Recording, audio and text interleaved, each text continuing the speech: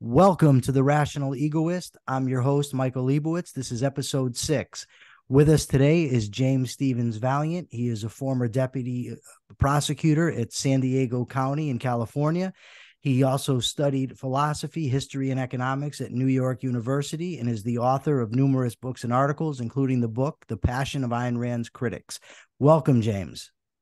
Well, thank you for having me. It's good to be here. It is an absolute honor to have you. Well, thank you. What I want to ask you about is Ayn Rand's theory of individual rights. Can you give us a synopsis of her theory, and then we can kind of dig into the details a little bit? Well, the idea of rights, particularly in the Western world, is widely used and widely accepted. It's funny how both the right and the left, will use their version of rights. So most folks, there are intellectuals in the course of philosophy that have dismissed the idea of rights. What is this invisible thing? Rights. It's a man-made, totally subjective thing. Jeremy Bentham, the famous developer of utilitarianism as a philosophy, said rights were, quote, nonsense on stilts. And so he, with his utilitarianism, cut through all that rights theory, you see, with a sort of collectivist, hedonist sort of defense of, ignoring rights. They're just invisible. They're like ghosts to him. They're just a mystical concept. And a lot of people who are intellectuals do treat it like that. But in America's political atmosphere today, most people accept a notion of rights. Now, Ayn Rand rejected the contemporary notions of rights. They are, generally speaking, sloppy, not well defined. When people talk about welfare rights, rights to a living, rights to a decent subsistence, what they're obviously talking about from Rand's standpoint is the right to the product of somebody else's labor. And if they have a right to it, don't they have a right to point a gun to get it? On the one hand. And on the other hand, she doesn't think, like conservatives do, that they're gifts from God. I mean, after all, if they're gifts from God, then God could presumably take them away tomorrow just as whimsically as he gave them to us, right?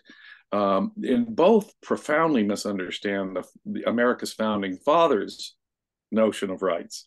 Profoundly, you can see how both misunderstand that.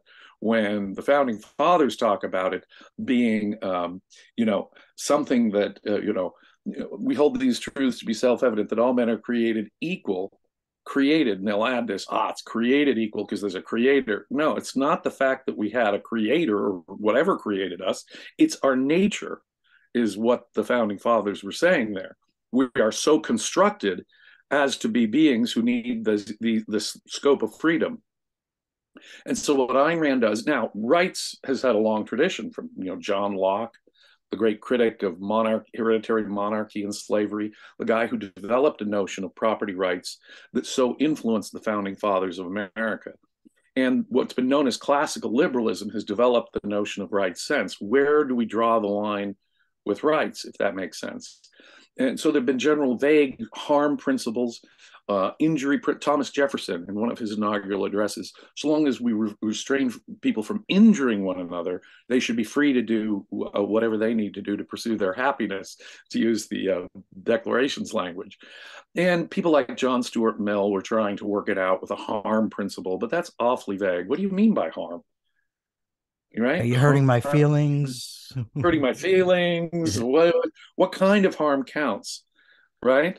Or even if I frustrate you, come to me with an offer and I say, no, at this time, I'm not going to take that offer. Simply a frustration. Is that a violation of your rights? You see? So what needed to happen was a sophistication of rights, the concept of rights itself, so that we could have an objective grounding in rights. The other thing that they were terribly, and this is the far most important thing, is the philosophical grounding for rights. Why are they real? Why are they important? What makes them vital? Ayn Rand had a radically new understanding of why people need to be free, why people need to have rights, and why the government must respect rights. And she grounded that in human nature, very much like the framers of the American Constitution and Declaration did.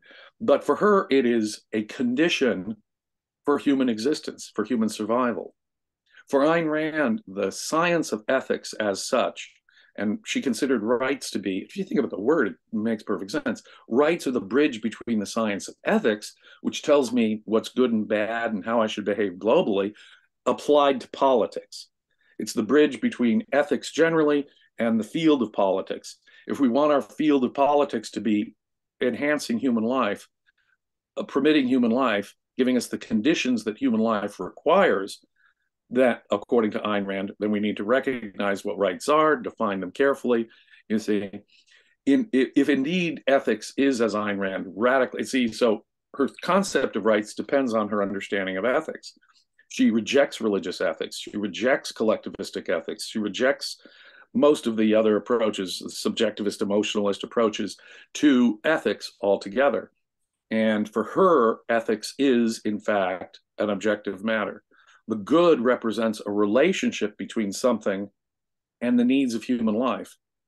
So I can say this is good objectively, in the same way I could say that poison is objectively bad for your health, or that food is objectively good for your health. You need food to keep going, but you don't want poison. That's bad. And that's a really straight objective line. Ayn Rand believed that ethical values were similarly situated. It's a need for your human life. It's a condition of what life requires. And so for her, and you have to develop a little more of her ethics to understand that, life, since human life can be the only objective standard for a universal morality, what you need to live, Michael, is very specific to you, but a great many of those things apply to me. Now, why can that be? We're both humans.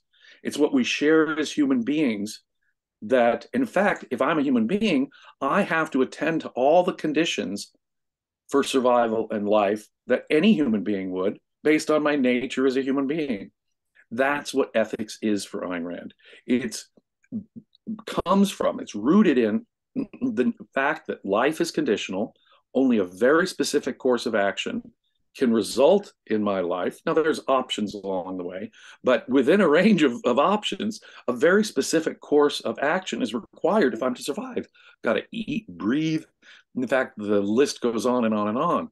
So these conditions that are required for human life are the all-important things, since she considers life the standard of moral value. Life the standard of moral value. And so the question is, what is the most fundamental condition for human survival? Well, again, take a deep breath. I put my hand up. Can I answer? Sure. Yeah. Freedom. Freedom. Well, why is freedom? Let me press the question. Okay. Why are a recognition of rights, i.e., freedom, at least a degree of freedom, required for human beings? Ayn Rand has a very specific answer. Reason is the human being's only means of obtaining knowledge beyond direct sense perception. Reason is my means of knowing. And if it's my basic means of knowing, in fact, it's my only means of knowing beyond the perceptual level, then it must necessarily be my basic means of survival. As one of her characters in a novel says, whether you're digging a ditch or building a cyclotron, it's reason. It's reason that is our tool, our most fundamental tool of survival. I've got all kinds of other tools of survival, my hands, my eyes, whatever tools I make, but those themselves are a waste of time, in effect, if they're not guided by reason.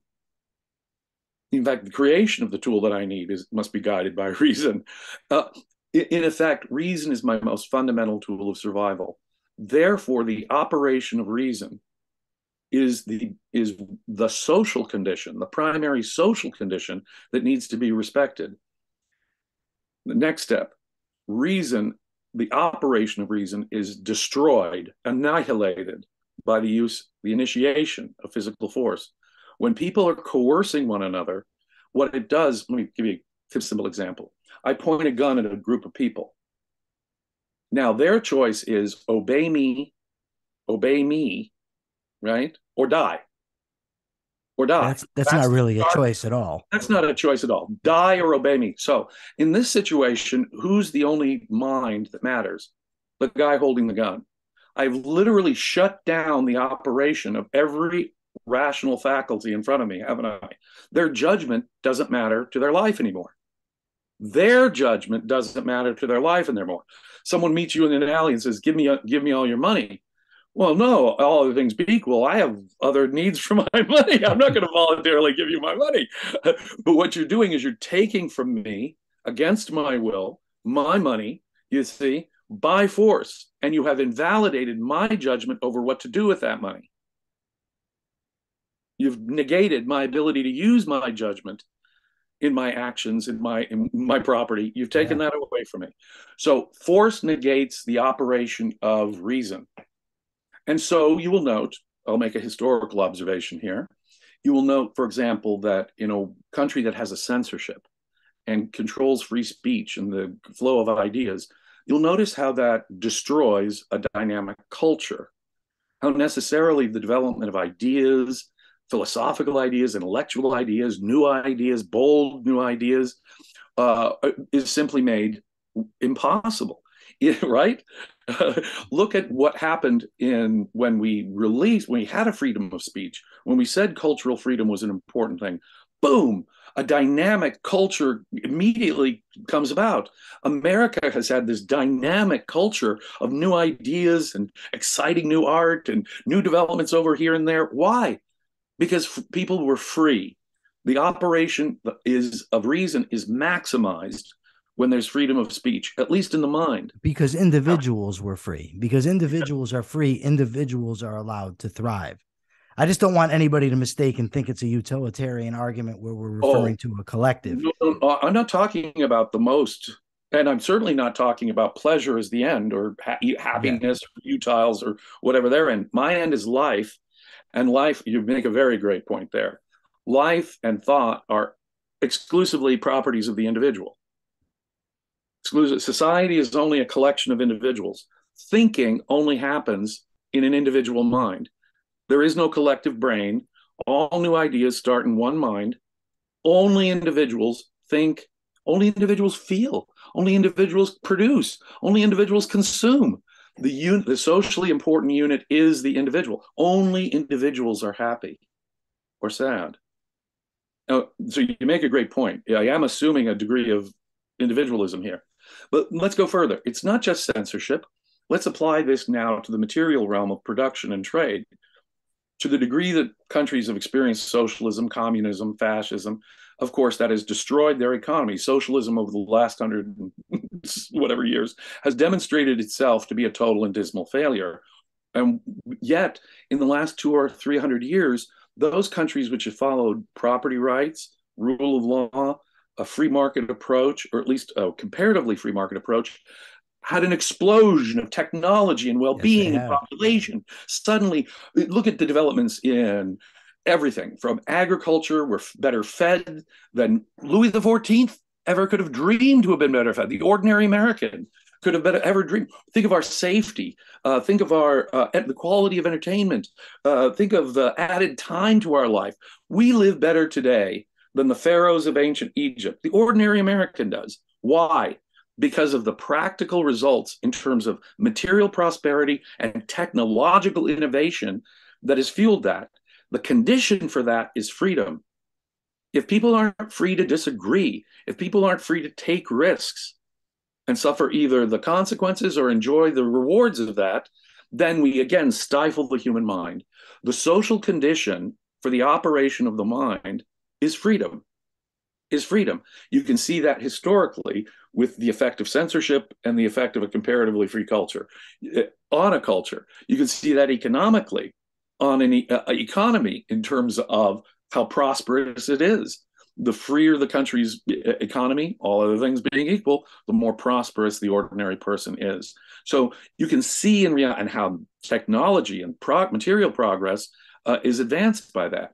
So Ayn Rand, her justification, her argument for rights is that human beings are so constructed, their nature is so constructed, it sounds like it's by getting a creator. I don't mean that. Human beings, their nature is such. We have evolved to be beings such that reason is our means of knowing.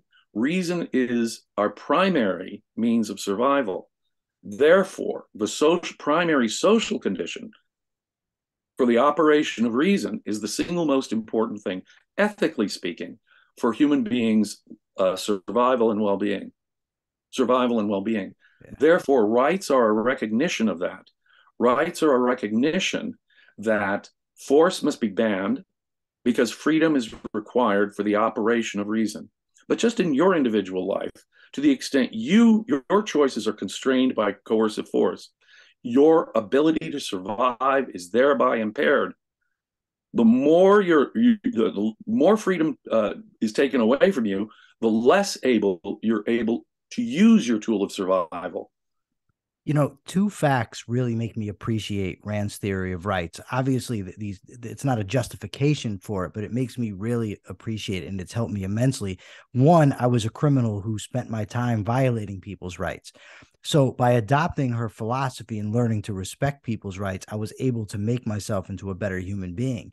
On the flip side of that, having spent 25 years in prison where my rights were extremely limited, I then come to really appreciate freedom and what it means to be able to do what I want, to exercise my mind, to live according to a rational morality, which is not, I'm not going to say impossible in prison, but very, very difficult. So those things have come together, I think, to really drive the point home for me. Aside from the reading is great, but you know, you have to connect the theoretical to the practical, and the prison experience really drove that home for me. Wow. See, Ayn Rand grew up in the Soviet Union. She had the experience of totalitarian dictatorship, and then Yeah. she comes to America in the 1920s, and she's has this, wow, I get it now, right? Her own, it's because she's thinking in principle and observing, but you too you understand this issue in a concrete way that I think a lot of people do not understand the relationship between freedom and the needs of my life, and therefore my success and well-being. Being in prison makes it impossible for you to be your best, for you Yeah. to achieve your greatest happiness. And why is that? Someone's got a gun, in effect, pointed at you and telling you when you're going to wake up, when you're going to eat, what you're going to do. And guess what? You're not going to leave this building if you have some clever idea to No. do it. So by restricting your freedom, in effect, what they've done is destroyed the effect of your rational capacity, which is your means of knowing, Yes. and is your means of achieving life, happiness, prosperity. Yeah, and just You so know no one that gets the wrong way idea, better than the rest of us. I belonged in prison. I'm not saying it was unjust what happened to me. It's just a fact that my freedom was limited. It was That deservedly is. so, but nonetheless, the effect is the same whether it's justified or not.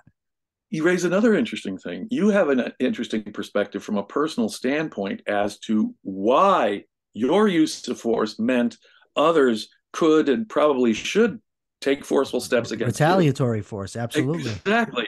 So if you're going to, hey, like you said before, I have no idea about your background and what the crimes were. So let me just jump in like this. What you were doing, though, by using force was making other people, their judgment, in effect, not matter to their lives. You Yeah. were taking away their ability to use their mind for their lives and survival, right? Yes. If I'm thinking about something and I work on something and I make something and I want to trade that, or that thing is important to my well-being, and someone comes along and takes it by force, they're in effect enslaving me. All that work I Yeah. did was for not for them. They've destroyed my motivation, and they've destroyed the results of my thinking. Yeah. And And it so, goes beyond that immediate too, because the fear that lingers afterwards is also impairing. with crimes of, I don't know, again, I don't know anything about your particular background. I was a criminal prosecutor. Yeah. I was a deputy DA for almost 18 years here in San Diego. And boy, you said it. How many, especially crimes of violence, I can't tell you the devastating impact that rape or a sudden violent assault has traumatically on people. It will affect the rest of their life.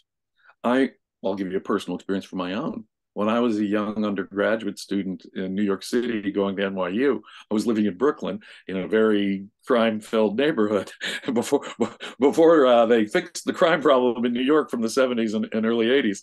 I was living in New York, and I won't tell you the whole story, but I got beat the bejesus out of on the streets, and because I had, I'm walking around at 1 o'clock in the morning all by myself in a bad neighborhood of Brooklyn, and so a group of young men beat the living tar out of me, and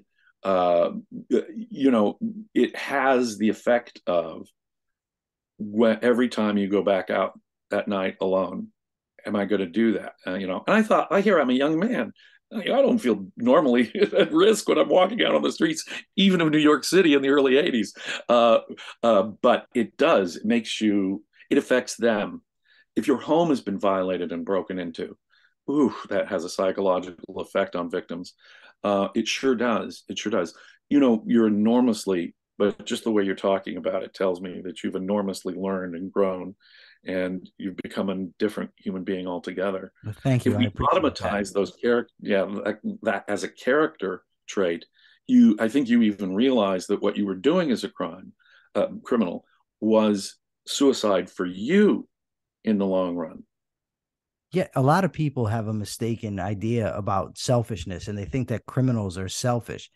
Criminals want to act selfishly, but selfishly means actually acting in your own interest. And a criminal lifestyle is self-destructive. It's not anything that's really benefiting you.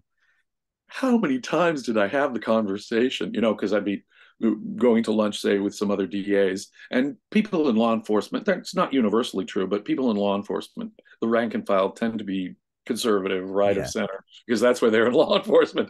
So I was always sort of the oddball out. So there we are going to lunch, we're passing the jail, and one of my colleagues would say, yeah, there are just the most selfish people in our whole community. And I would turn to them and I would explain, even if they were not caught, even if law enforcement never caught up to them, are you telling me that's the best way for them to ensure their success, their happiness? No, it's a miserable existence. It's in miserable. fact, we're talking about some of the most self-destructive people in our community. Yeah. Instead of, for example, let's take theft. Instead of being a productive person engaged in voluntary trade, where people want to do voluntary trade with me, I'm now stealing. Now no one wants to do trade with me, nor am I developing a productive capacity where people would want to do voluntary trade with me. I'm in fact destroying my capacity to have a win-win trade relationship with anybody, a benevolent trade relationship. I'm becoming, furthermore, a parasite on everyone else's productivity because I don't have anything to offer in exchange. No. So what you're doing is you're destroying yourself in the process. You're becoming more and more dependent, right? You're a total dependent on others if you're a thief, right? You're a parasite. And you're destroying your own capacity to be a productive contributor. Not to mention, of course, people are going to want to come back after you. If I'm a violent person, right? My odds of being a victim of, I tell you something, this is something you learn as a prosecutor. If I hang out with violent people, or if I ever engage in violence, the odds of me getting violence back at me go way up. Most of the people, excluding, innocent victims, domestic violence victims or something, my odds of being a victim of a shooting, for example, go way up if I join a gang. Yeah. If I start pissing people off enough, I become subject to their rational defensive or retaliatory actions, don't I? And if it's criminals, boy, they wouldn't even hesitate to hurt or kill me in retaliation and response. Drug addicts, let's take another crime. I think drugs should be legal. As do I. I think that there's that's not imposing force or violating anybody's rights. If you do drugs, I think it's in the long run suicide. To become a drug addict is not good for you in the long run. Again, even noting, and this is what it would come down for me in my DAs, as I explained to them, yeah, these drug addicts are suicide on the installment plan. You're calling that selfish? These people are becoming parasites who other people don't want to deal with. That's selfish? These people are risking death and injury when they go out and do this. Do you think that's selfish? And they'd stop and they'd think, you're right, Mr. Valliant. Even if they got away with it, they're not acting the most selfishly. So that would be my opening, my opportunity. Do these people even think about what's in their actual long-term self-interest? No. That's most one of the big characteristics. That's very it. Short range. So It seems to me the most selfish thing we can do, numero uno, is to figure out what is in our rational law. I mean, it would seem to me that one of the first steps, if we're going to be selfish, is to figure out what is actually in my long-term Yeah. self-interest, something most people don't even consider. Yeah. They equate whim worship, short-range behavior, with selfishness. But of course, short-range behavior is, in the long run, death. Right? If I'm only considering the short range and never planning ahead, never thinking in terms of a whole lifetime, in order to develop ethical principles, that's selfish ethical principles. That's what we have to consider. The long run, a whole lifetime. How's this going to work out after a period of months, years, decades? If I'm not thinking like Yeah. that, I'm not thinking selfishly or in principle, or I would argue even ethically. Yeah, as a criminal and having been raised by criminals and surrounded by criminals so long, and I'm sure you've experienced it as a prosecutor, but criminals, I would say universally, I'm hesitant because then if you show me one exception, I'm beaten. But almost universally, criminals exhibit what Rand called the anti-conceptual mentality. It's everything is short range of the moment thinking. I want this now, so I'm going to do whatever I can to get it now. And there's no consideration for the long-term results. It is only by means of conceptualizing our knowledge and experience and by using concepts, in fact, by developing, that's the only way to develop an ethical principle. It is only by means of that that I can actually bring all my knowledge to bear, integrate it into concepts, principles that are useful for me. And you're right, that's what it comes down to. The only way to achieve, even to pursue long-term goals, is by means of principle, ethical principle. And the only way I can achieve my long-term interest, the only way I can even think of my long-term interest, is in terms of conceptual principles. And that's a condition, in effect, of it. If you're going to be sure, I'd give you an example. I talked to a heroin addict. Say he's in some drug treatment program and he's telling us how it's going. And you say, well, Mr. Heroin Addict, could you have avoided shooting up in front of the cop if the cop was standing right there? No matter how much you were hungry and needed, I gotta have that fix, and boy, I really need it now, and I'm really starting to feel the need. But if the cop were standing there, could you have avoided shooting up? Oh, yes, Mr. Valliant. No problem. I never shoot up in front of cops because I know they'll just arrest me. Well then, fast forward, you're in your apartment alone and you do shoot up. Obviously, it's not, the cop's not there, so that's gone. So what are you thinking? Are you thinking about, because you told me last week, the reason why you wanted drug treatment is because you lost your job, you lost your girlfriend, you want to be able to think straight, you're sick and tired of being sick and tired. Okay, you give me all these good selfish reasons why you want to kick heroin. So why did you, which seems to me just as important as that cop standing there, huh? So why is it when you're alone in your apartment that you do shoot up? 9 times out of 10, they'll give you one simple, straight answer. But I wasn't thinking. Of course. And that's what we have to do. We have to play the tape forward, as one drug counselor put it.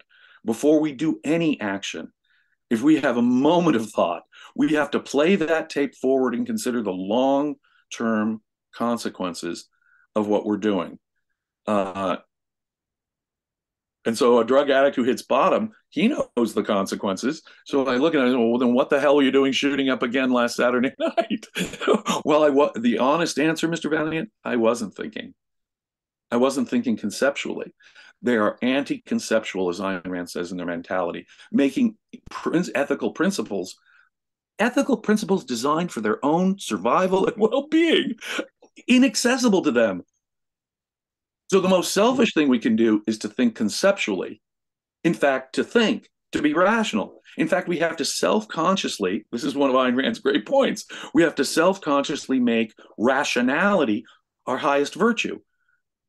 Only then will I even be able to recognize what's pro-life and anti-life, what's good for me and not good for me, because I have to integrate all my values and interrelate them to one another.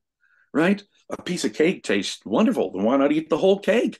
Well, I have other values. I don't want a stomach ache tomorrow. I don't want to get diabetes. I don't want to gain weight I don't have to gain.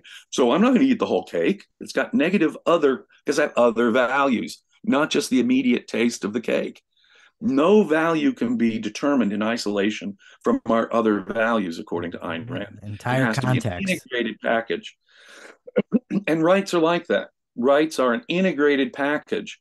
It forms the conditions by which can criminals sometimes get away with it? You bet.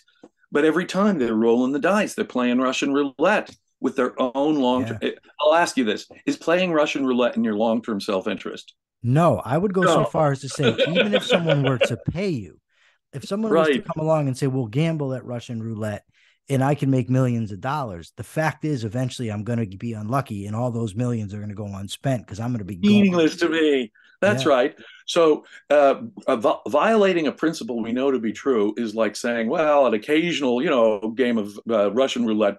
Yeah.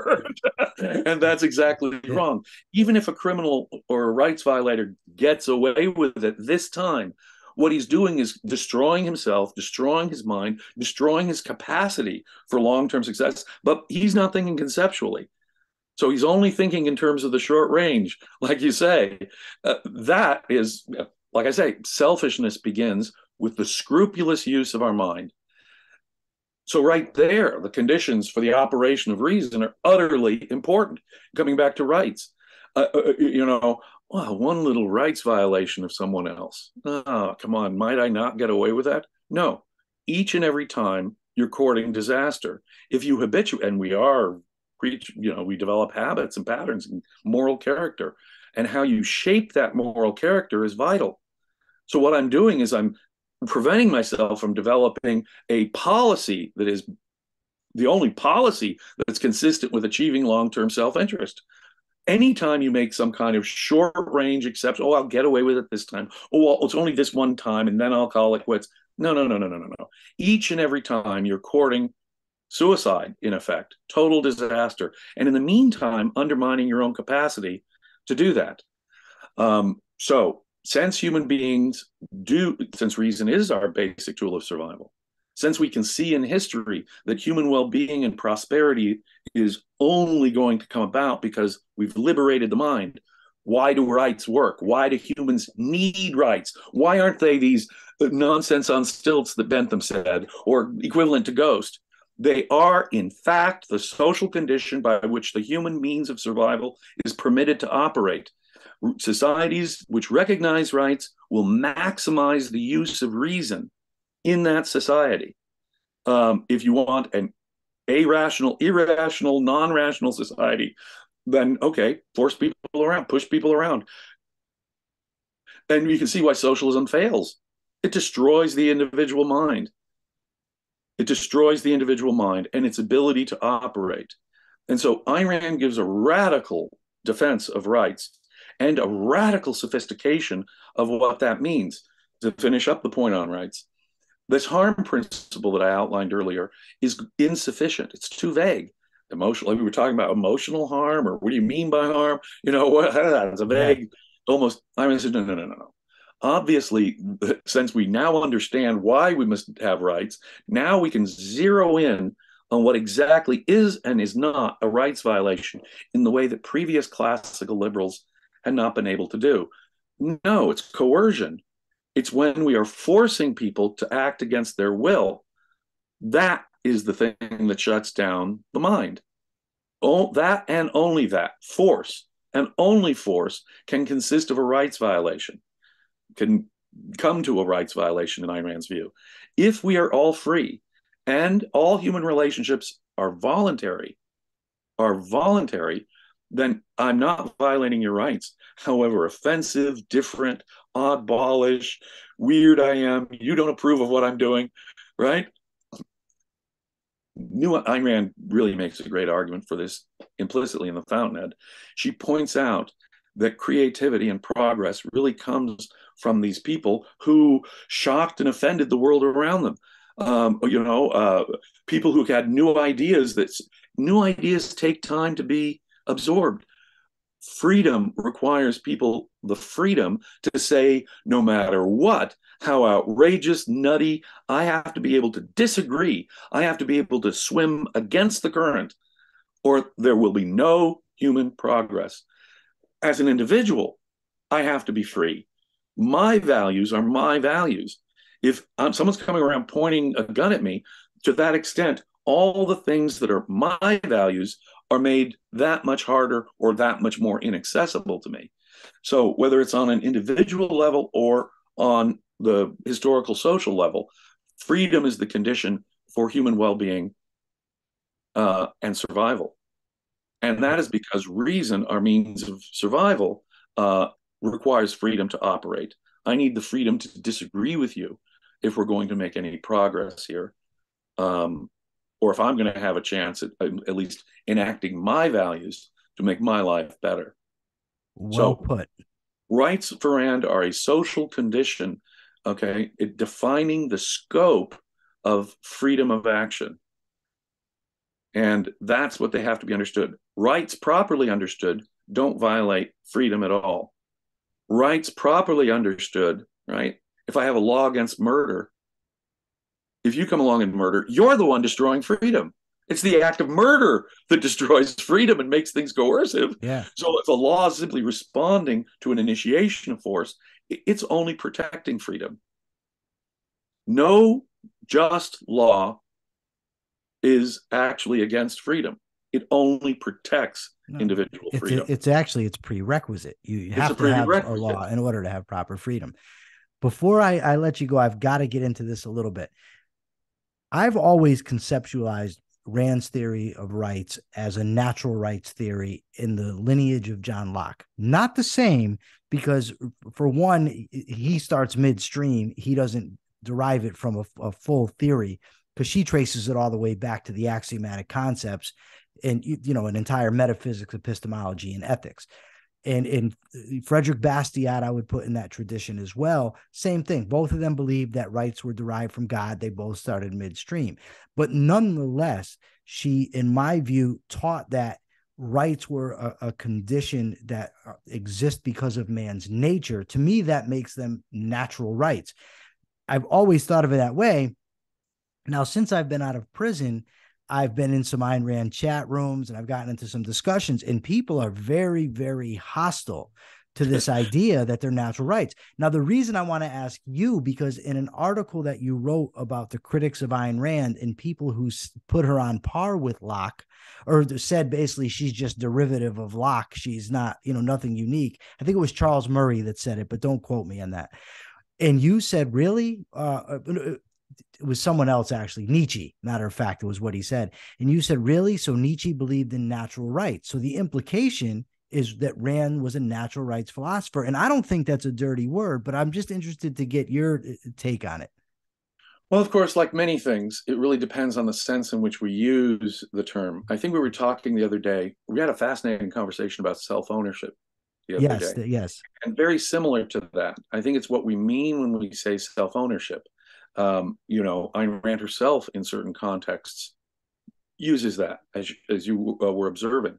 I think that it is important to draw a distinction between physical property and your body. Your body is you. In a way, you have a more absolute right to that than you do even to physical property. I would agree.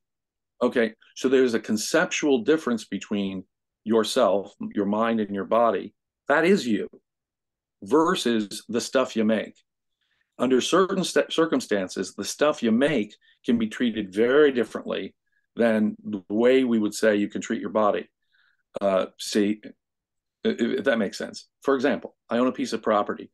Does that mean I can do anything? I could put a toxic waste dump on it and my neighbors will be poisoned by it? No, we'll be violating that. In a way, you see, my control over my body is radically different than my moral control over some material object. And so my right to a material object is an emanation of my right to life, the preservation of my mind and body. My mind and body are actually the ultimate justification for all of my rights. Now, in one sense, I do own me. Yeah. But it is by an analogy. You see, I would never come, if it was just me that I owned, I'd never come up with the concept ownership, would I? I wouldn't need it. Ownership is a concept I need because I own this book and these glasses and this lamp, right? I need this ownership concept to say, you can't take it away from me, right? In effect. When it comes to my body, it's not like that. My body and me is the justification, the ultimate rationale for why I have rights, so that I can preserve my body and my mind. That's the Yeah. I, Well, not well, the but here's stuff. the thing with that. Like, it's a similar dynamic to this in my mind that it just occurred to me. So if I'm wrong, I'll live with it. But Rand describes life both as the standard of value and the ultimate value. And obviously, the ultimate value, there's no standard by which to measure it, which to measure it, but by itself. And I think that self-ownership can be conceptualized similarly. And this is the problem. And I didn't know this. I didn't know there were people out there that were deriving man's right to life from the concept of self-ownership. That's not how I think of it. And I know Good. that's not how Rand thought That's of it. it. That's Yeah. it. It's not as though Self-ownership derives from the right to life, not the other way around. you said it so well. You said it so well. It's as if they've got the hierarchy of ideas all wrong. Yeah, it's Ownership inverted. is up here, and then my ability to control my body down here. Yeah. No, No, no, no, no. yeah, I agree Life with you. rights come from the preservation of life, right? Yes. That's where it derives from. Similarly, with natural rights, I would say that I would be careful with. I'm not sure about these. If someone says to me, "You own your body," that doesn't cause me to say wrong. It causes me to say, what do you mean by that? Can we make a couple of distinctions here? What has to come first hierarchically? Where do they derive from? Yes. Similarly, I would make a point, just as you did with self-ownership, as I would with rights. This term natural rights. The natural rights term has been, John Locke was a Christian. A lot of these people had religious viewpoints. Thomas Jefferson was a deist. It's kind of debatable whether he was a Christian. I know in theory he was, but was he really, or just claiming to be Well, the because? fact that someone's a funky Christian still makes them a Okay, all Christian. right, you're You right. know, I'll go for that. there's Lord knows there's all kinds of sects and differences, Yeah. and so, and individuals can even have unique, funky views of takes on their own Christianity. Sounds like it So could be like there's a no music performer, the funky Christian. well, but one of John Locke's arguments against hereditary monarchy is he's trying to strike down this argument, and he feels it important to strike down the argument that these are the heirs of Adam and Eve. The King of England is the natural heir of Adam. And so, okay, if he has to go to that, if he's standing on his head to refute that, an objectivist would say, Genesis is a myth. There ain't no God. So we don't even need to consider that Yeah. argument. John Locke, I need to consider whether, in fact, the King of England is the heir of Adam. Okay, that tells me a lot about him. It also, I think, interferes, like with Descartes and the other fathers of modern philosophy, it gave them this bizarre view of possible worlds and, right? Yeah. Uh, and Leibniz, you see all of that in these people. And that's really comes from religion. There are no other possible worlds. God wasn't selecting from a menu of possible worlds, was he? To be is to be necessary, says Yeah. Ayn Rand. Right? Existence is all we mean by necessity. There are, and possibilities have to be proven. There has to be some evidence. We do not even consider arbitrary assertions like maybe the evil demon of Descartes or something. Once you go down that path religiously with your psychoepistemology, you're messed up. The natural law itself, from Locke's perspective, can trace itself back to Thomas Aquinas. Now, the nature of something he gets from Aristotle, in a sense. And is there any doubt that John Locke was the most, compared to the others, the most Aristotelian of those great philosophers, like Descartes, Spinoza? He believed it, to know you have to look. It all comes from sense perception, right? So in a sense, he's more Aristotelian than any of those other modern philosophers were, but he was still a modern. He was still a Christian. He was still held back. So for him, natural rights, as for Aquinas, has almost a religious connotation. Sure. And you'll notice that wasn't shed yet, even in the Declaration, right? Even when it's nature and nature's God Wow. that they're invoking. They're still invoking God. It And wasn't there's shed until Rand, really. that's it. But So I when we say we reject natural rights, what we're doing is we're rejecting all of those religious implications. We're saying we have um, a very different and specific justification for rights that they lacked, without getting into more in the weeds, highly technical stuff. What it basically comes down to is we reject that entire religious approach and justification. Yes, I think Ayn Rand can be considered a classical liberal. And I mean classical liberal, the school that ranged from John Locke through Oberon Herbert, Thomas Jefferson, John Stuart Mill, Herbert Spencer, Ludwig von Mises, this entire tradition of what they call classical liberalism. Ayn Rand was in effect giving a justification for classical liberalism, depending on what you mean, like as it has never had before. She sophisticated our understanding of rights to a way they didn't have it finely tuned. But yeah. that was because she understood the philosophical basis and reality for it. The other thing they didn't have. So she distinguishes herself between, say, the argument going on between your natural rights people and your utilitarians. She rejected, in effect, both the approaches both were taking in that debate, if that makes any sense. Yeah. When I say natural rights, what I mean is that we have rights by virtue of our nature as conceptual rational beings and by the nature of the environments in which we have to live. And I think that those other philosophers were striving toward a similar dynamic, but Rand realized it.